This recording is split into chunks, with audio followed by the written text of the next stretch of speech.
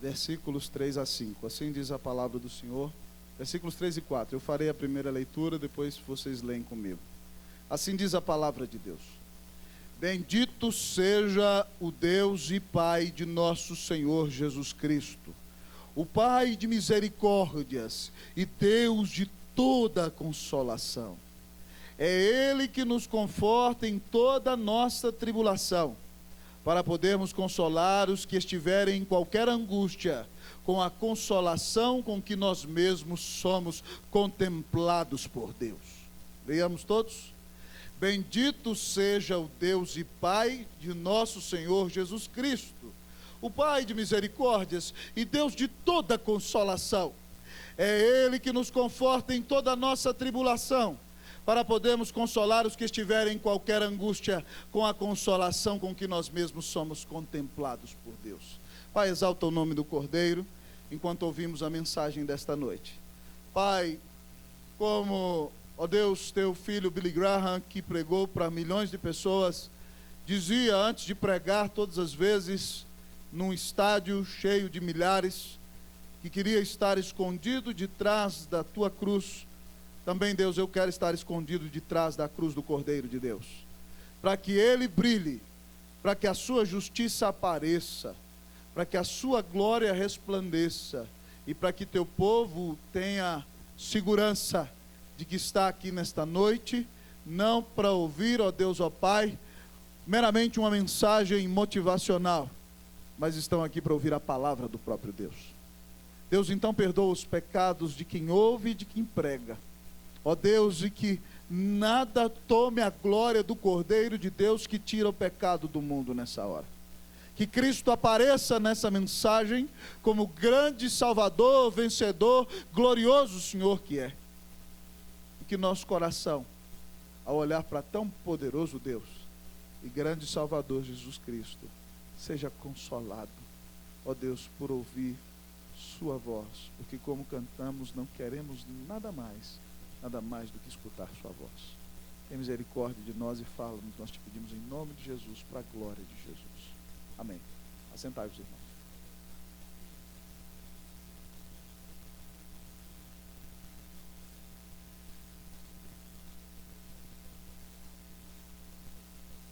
Como você tem enfrentado o sofrimento?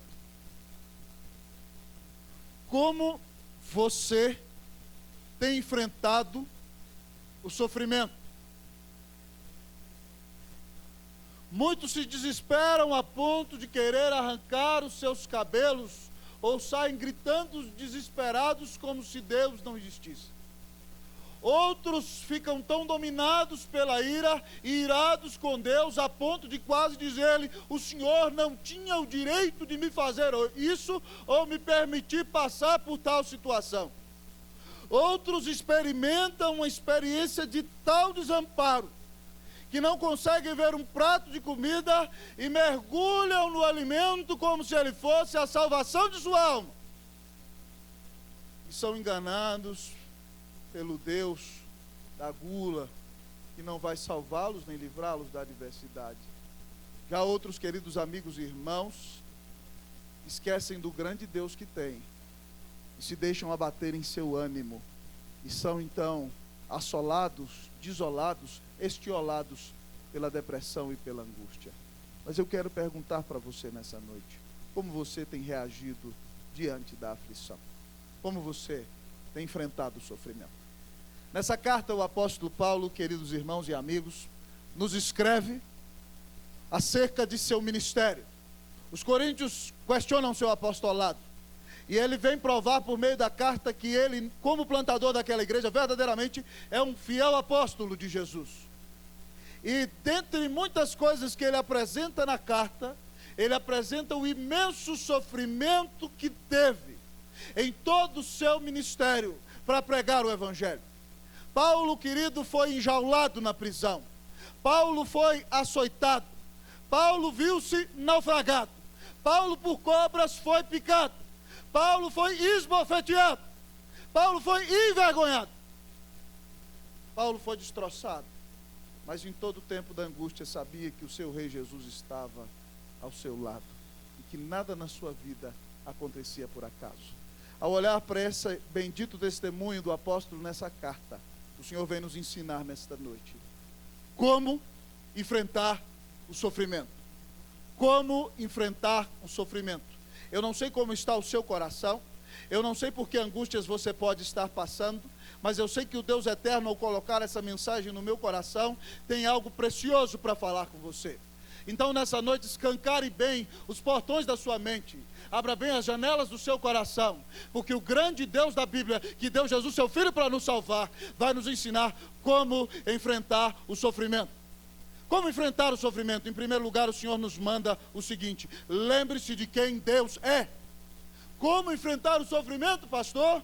Lembre-se de quem Deus é. Versículo de número 3. Leiam para mim, irmãos. 1, 2, 3. Bendito.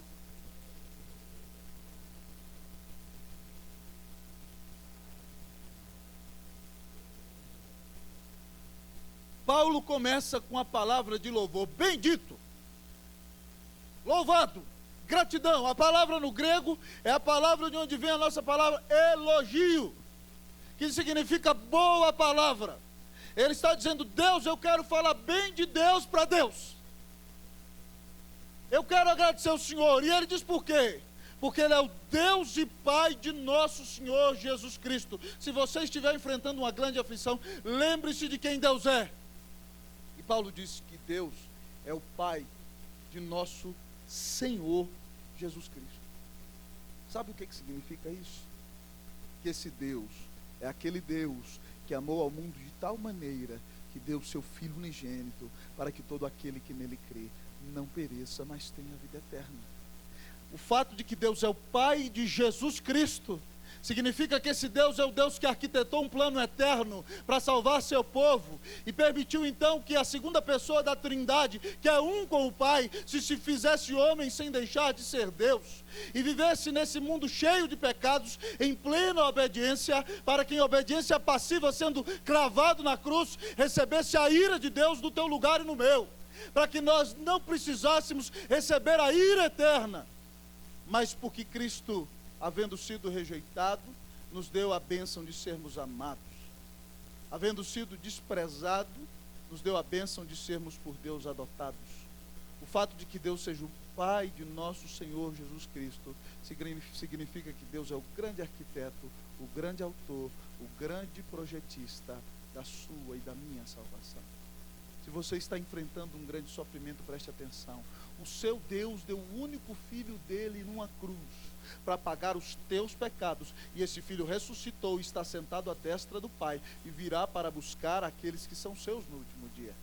Então, querido amigo, se você está aqui nessa hora, está enfrentando um grande sofrimento e diz: pastor, eu não sabia disso, que eu só precisava crer que Jesus é o meu Senhor e Salvador e o único mediador entre Deus e os homens. Então, se isso era necessário, eu creio, me arrependo dos meus pecados e hoje Ele é o meu Salvador. Então, quando você entende que Deus é o Pai de Jesus Cristo, você entende que é amado. Você entende que não precisa do aplauso da multidão. Você não precisa da aclamação da maioria.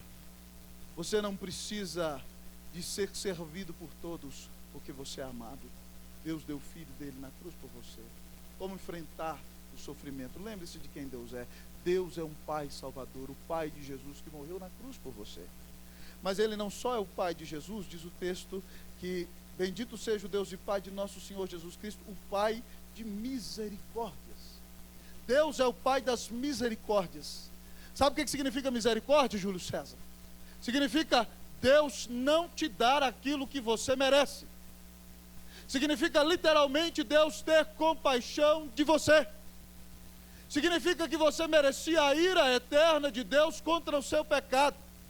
E aquela ilustração que eu gosto de contar, que o Deus eterno, certamente com uma grande lança, vinha como um grande guerreiro na sua direção, já gritando para destruir a sua vida por causa dos seus pecados. Ah! E de repente, Ele não te dá o que você merece, porque Ele coloca sobre Jesus o preço de todo o seu pecado. Deus é o Pai de todas as misericórdias. se você não tem sido açoitado por Deus, se você não foi lançado no inferno, se você tem sido amado, perdoado, se Deus tem te suportado e tem tido paciência com você, é porque Ele é o Pai de misericórdia.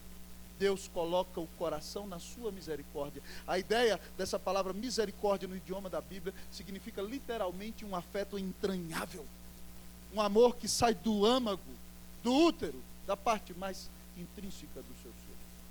Deus é um Deus, na sua essência, misericordioso. Olha, meu irmão, se você está passando por essa grande adversidade, Satanás vai te tentar para que você diga: Deus se esqueceu de mim. Eu estou passando esse grande problema, Deus não me ama mais. Quantas vezes a gente me diz: pastor, Deus se esqueceu de mim. Não se esqueceu não, criatura. Deus está provando a sua fé.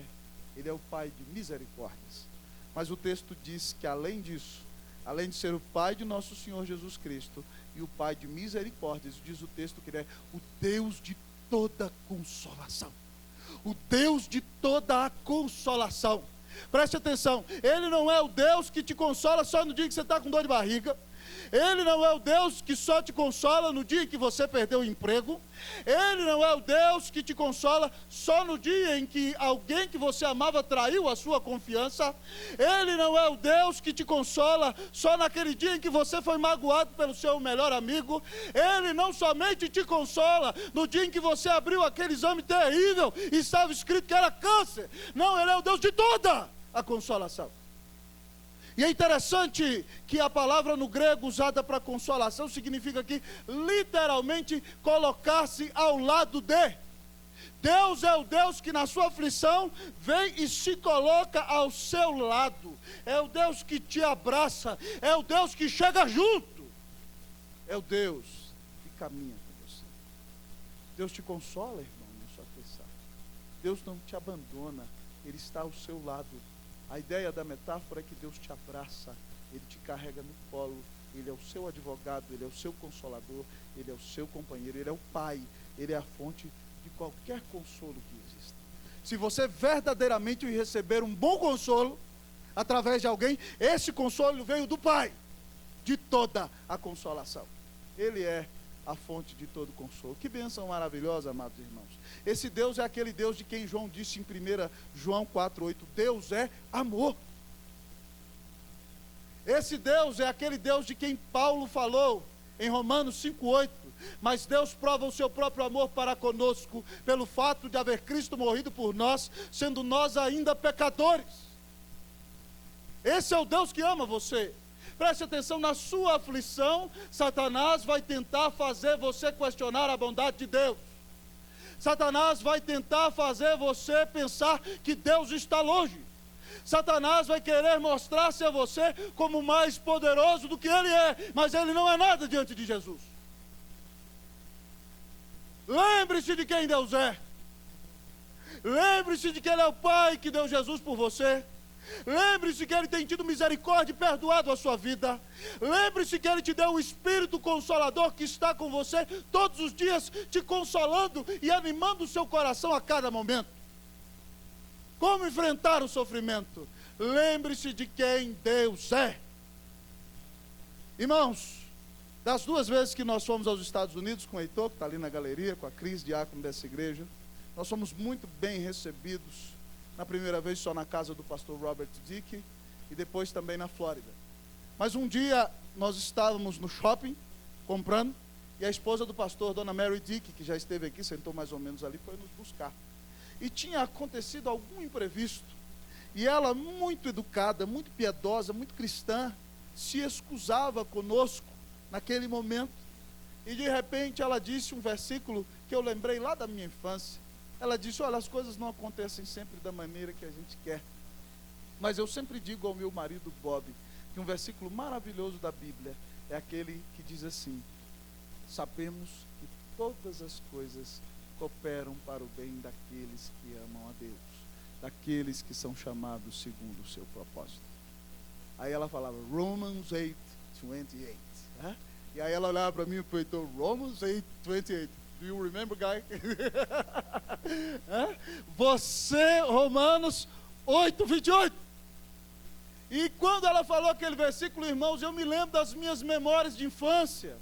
algumas lutas no interior, crescendo numa casa onde um pai era um não crente e a mãe uma cristã. Um lar cheio de lutas. E eu me lembro quando menino com 8 anos, minha avó me deu um quadrinho que dizia assim: sabemos que todas as coisas cooperam para o bem daqueles que amam a Deus, daqueles que são chamados segundo o seu propósito. E como eu li aquele versículo ali, nos meus 8 anos, e dizia: apesar de tudo, Deus me ama. O seu Deus é um bom Deus. É um Deus de amor, é o Deus que te carrega no colo, é o Deus que cuida de você. Lembre-se de quem Deus é, para enfrentar o sofrimento, para vencer as angústias da vida. Você não pode se esquecer de quem Deus é. E você se lembre todos os dias da bondade do seu Senhor. Amém, Rafael? Seja assim lá na sua casa com Elisa, que a presença de Jesus seja abundante naquele lar. Como enfrentar o sofrimento? Lembre-se de quem Deus é. Mas, em segundo lugar, lembre-se do que Ele faz. Como enfrentar o sofrimento? Lembre-se do que Ele faz. Eu vou perguntar para a igreja, você vai dizer para o seu irmão: lembre-se do que Deus faz. Tá certo? Igreja cheia de vida, como enfrentar o sofrimento? Diga aí para o seu irmão: lembre-se do que Deus faz. Fala com ele: não seja um desmemoriado. Lembre-se do que Deus tem feito em tua vida. Amém. Versículo 4. Nós vamos ler aí até tribulação. Vamos lá comigo? 1, 2, 3, vocês vão ler primeiro. Vamos lá? É Ele. De novo, vamos lá. É Ele. Ele conforta você só no dia que você está com a unha encravada? É? Só no dia em que você sentiu uma dor de barriga terrível, foi envergonhado, teve que sair correndo no meio da conversa? É? Ele conforta você só no dia da seca lá de agosto, que não tem chuva, e você sente o consolo de Deus para te abençoar? Quando que Ele te conforta, diz o texto? É Ele que nos conforta em toda. Não existe nenhuma tribulação na qual você fique sem consolo. Deus te conforta em toda tribulação. E lembre-se então do que Deus faz, irmão. Deus vai te consolar. Deus vai te consolar por meio da sua palavra, certo? Você virá à igreja, de repente no domingo à noite, triste, sufocado, angustiado, oprimido, e você vai chegar na igreja, e de repente o pastor vai ler 2 Coríntios 3, de 1 a 4, para dizer para você como enfrentar o sofrimento. Deus está te consolando. Mas de repente você anda triste, desanimado, liga para o irmão da igreja, marca um café, compartilha, o irmão ora por você, e você sai dali, ó, renovado. Ou você bota ali um CD no seu carro, né, está passando momentos de angústia, e você ouve uma música com a letra bíblica, e de repente parece que o Espírito Santo invadiu o carro, e você é consolado pelo Senhor naquele momento de dificuldade. Deus conforta você, meu irmão, em toda tribulação. Ele não te abandona. Paulo é tão claro nisso que o versículo 5 fortalece isso que a gente está vendo aqui. Vamos ler o 5? Vamos ler comigo? Vamos lá, lê para mim. 1, 2, 3. Por quê?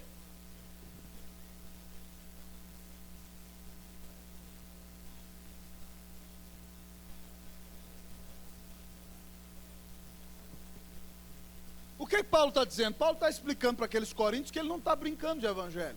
E ele diz assim, ó, porque assim como os sofrimentos de Cristo se manifestam em grande medida a nosso favor, ou seja, gente, eu estou sofrendo por causa de Cristo. Vocês me viram receber várias vezes quarentenas de açoite menos um, é por causa de Cristo. Eu fui jogado numa jaula por causa de Cristo, e louvei ao Senhor lá dentro. Eu fui esbofeteado por causa de Cristo. Eu passei por naufrágio, gente, por causa de Cristo. Uma cobra vai picar a mão do apóstolo por causa de Cristo. Os judeus na capital do seu país, em Jerusalém, vão fazer um grande motim, clamando pelo assassinato de Paulo por causa de Cristo. Paulo, no final da sua vida, vai enfrentar a morte. Quando Nero decreta a morte do apóstolo, o algoz vai cortar-lhe a cabeça, de maneira que cairá a cabeça de um lado e o corpo ficará do outro, por causa de Cristo. Ele sofreu pelo Senhor, mas ele diz ainda que os sofrimentos de Cristo se manifestam em grande medida, são muitos a nosso favor, assim também a nossa consolação transborda. ela vai enchendo e transborda e inunda tudo que está ao nosso redor. Ele disse: o sofrimento é grande, o consolo é maior. É isso que Paulo está dizendo. Se você está enfrentando um grande sofrimento, prepare-se. Deus te levou para o meio do vale da aflição para te mostrar o poder da sua maravilhosa consolação. O consolo é maior. Proporcional ao seu sofrimento vai ser o consolo que você terá em Cristo Jesus. E quem está dizendo isso aqui, irmãos, pode dizer. Você sabe muito bem que Paulo viveu experiências que você nem eu vivemos. Paulo conta para nós, nessa carta, que certa vez ele foi arrebatado até o terceiro céu. Ele nem sabe se foi no corpo ou fora do corpo, mas ele foi lá para aquele lugar onde Jesus habita, e os santos que partiram habitam lá, e também os anjos. E ele disse para nós que ele viu coisas que não é lícito ao homem referir. Ele não sabe se estava no corpo ou foi só o seu espírito lá. Mas ele conta para nós que isso foi glorioso demais. E ele corria o risco então de se achar o mais importante de todos os homens. E ele então vem nos dizer: para que eu não me ensoberbecesse com as grandezas das revelações que me foi dada, foi-me posto um espinho na carne, mensageiro de Satanás, para me esbofetear, a fim de que não me exalte. Mensageiro de Satanás levanta cedo, o Senhor fala: ô Jesus, louvado seja o teu nome, abençoa meu dia. Paulo senta para tomar café, senta lá, o mensageiro do diabo, 3 tapas na cara, assim, logo de cara, para me esbofetear, ele diz. Na hora do almoço, de novo, Paulo, sessão de bofetada, vamos lá, Depois, na hora do lanche à tarde, Paulo, mais uma, meu filho, e à noite, para cair e dormir, né? Uma sessão de bofetadas durante o dia, para que ele se humilhasse. E esse sofrimento levou a orar, irmão. Ele disse: então eu fui orar ao Senhor, e 3 vezes clamei ao Senhor para que tirasse de mim esse espinho na carne, que nós não sabemos o que é. E o Senhor me respondeu: a minha graça te basta, porque o meu poder se aperfeiçoa na fraqueza. O Senhor diz a Paulo: Paulo, eu te basto, você já tem a minha salvação. Se você tivesse a minha salvação, a minha graça e a minha presença e nada mais, você deveria ser a pessoa mais feliz do mundo. E ele diz assim: Senhor, se o Senhor disse assim, então tá bom, amém, né? De boa vontade eu me gloriarei, ele diz, para que repouse sobre mim o poder de Cristo. Se eu estou sofrendo, vou estar moído, eu vou louvar, vou dar graças a Deus porque Ele me humilha, porque quando eu sou fraco, aí é que eu sou forte. Quando eu estou humilhado, eu estou na melhor posição, porque aí eu dependo de Deus. Mas quando eu confio na força do meu braço, eu estou perdido, porque aí terei que ser humilhado.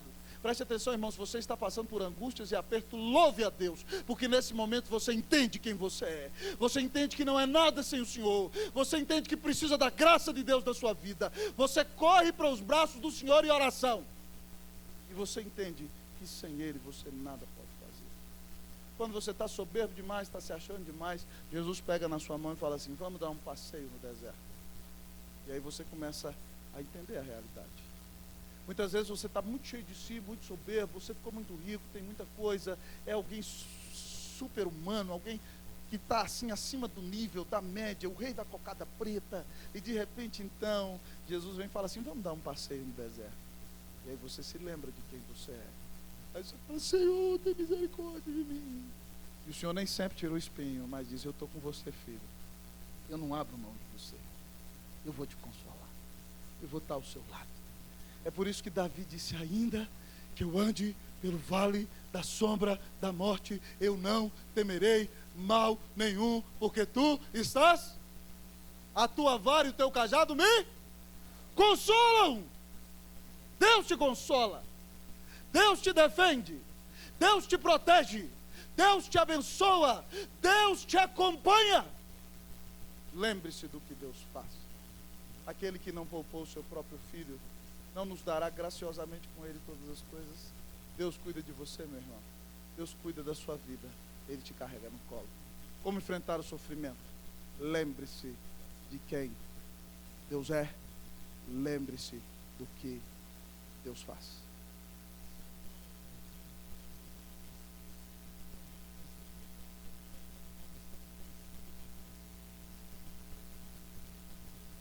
Mas talvez nesta noite você me pergunte: pastor, o que fazer? Está difícil, pastor. Será que há algum objetivo para isso? Será que eu preciso crescer? Será que eu tenho que aprender alguma coisa?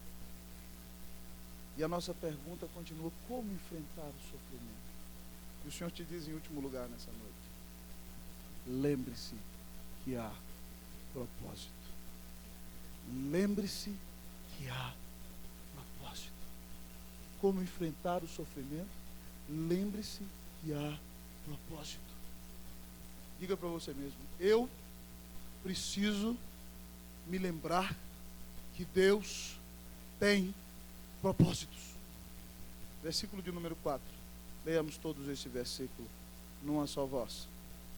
É Ele que nos conforta em toda a nossa tribulação, para podermos consolar os que estiverem em qualquer angústia, com a consolação com que nós mesmos somos contemplados por Deus. Você está na escola do deserto, não para ser um eterno aluno, mas Deus está te preparando na escola do deserto, para que pela graça do Senhor nessa escola você venha a ser professor.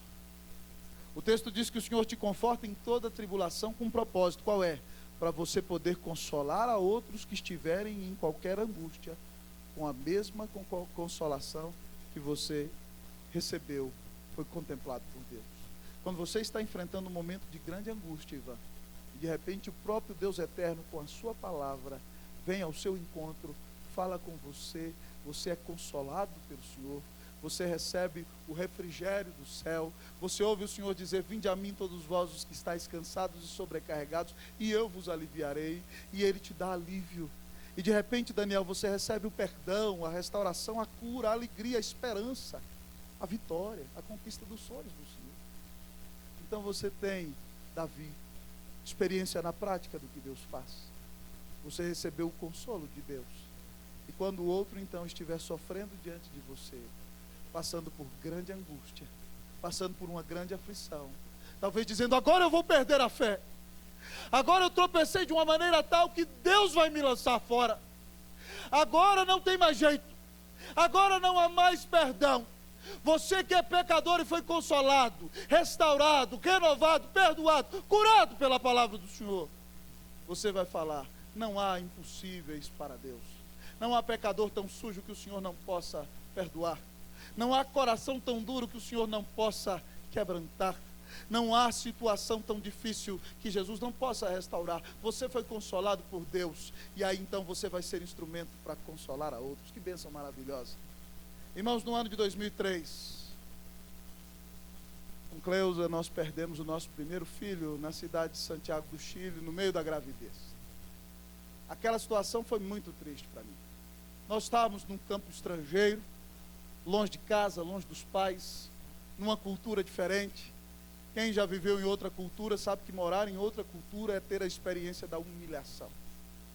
E Deus abençoando ali nosso ministério, mas de repente, depois de um sonho, porque quando a esposa engravida, a alma do marido engravida junto. E com o coração engravidado de sonho, de perspectiva, vai nascer o primeiro filho. Eu tenho uma personalidade forte e às vezes alegre, telefonei para o mundo inteiro: você é pai? Hã? E de repente, Deus frustra o sonho. Aquele negócio foi muito triste para mim. Foi muito duro. Nós choramos bastante. E de repente o texto que Deus usou para consolar o meu coração foi esse texto que eu estou pregando para você. E Deus me consolou tanto com aquele texto. E foi uma bênção tão grande para a minha vida. Em 2007, em dezembro, a gente volta para o Brasil. Daqui um tempo, um casal muito querido dessa igreja perde um filho. E a situação fica muito complicada e triste para eles. E eles sentam para conversar com o pastor. Qual o texto que eu li para eles? Esse texto. E o Eterno consolou a vida deles. E sabe o que eu acho massa, Mateus, usando a sua linguagem de jovem? É que depois eu vi esse casal consolando outras pessoas com esse mesmo texto. A palavra é poderosa, né, Charlie? É uma bênção maravilhosa. Então o que Deus diz aqui: olha, eu vou consolar você, filho. Estou te levando para o vale do sofrimento para te ensinar, para te mostrar que eu te consolo, para que quando o outro cair na sua frente, você dá a mão e você consola, e ele aprende E ele dá a mão e consola outro, e consola outro, e consola outro, e consola outro, e consola outro. E aí a gente tem uma epidemia de consolo. Deus é o Deus que consola você e quer usar você para consolar a vida de outros. Nessa noite eu quero perguntar para você: como você tem enfrentado o sofrimento? Você tem murmurado? Você tem se desesperado? Você tem dito, agora acabou? Não acabou. Você tem um grande Deus, que deu Jesus por você. Esse Deus tem misericórdia de você. Esse Deus te consola. Ele virá ao seu encontro e vai te consolar e estará atuando ao seu lado.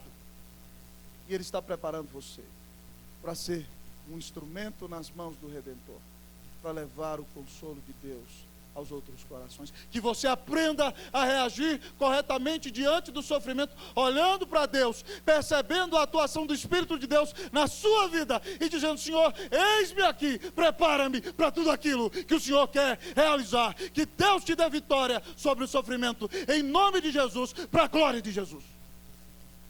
Oremos ao Deus eterno.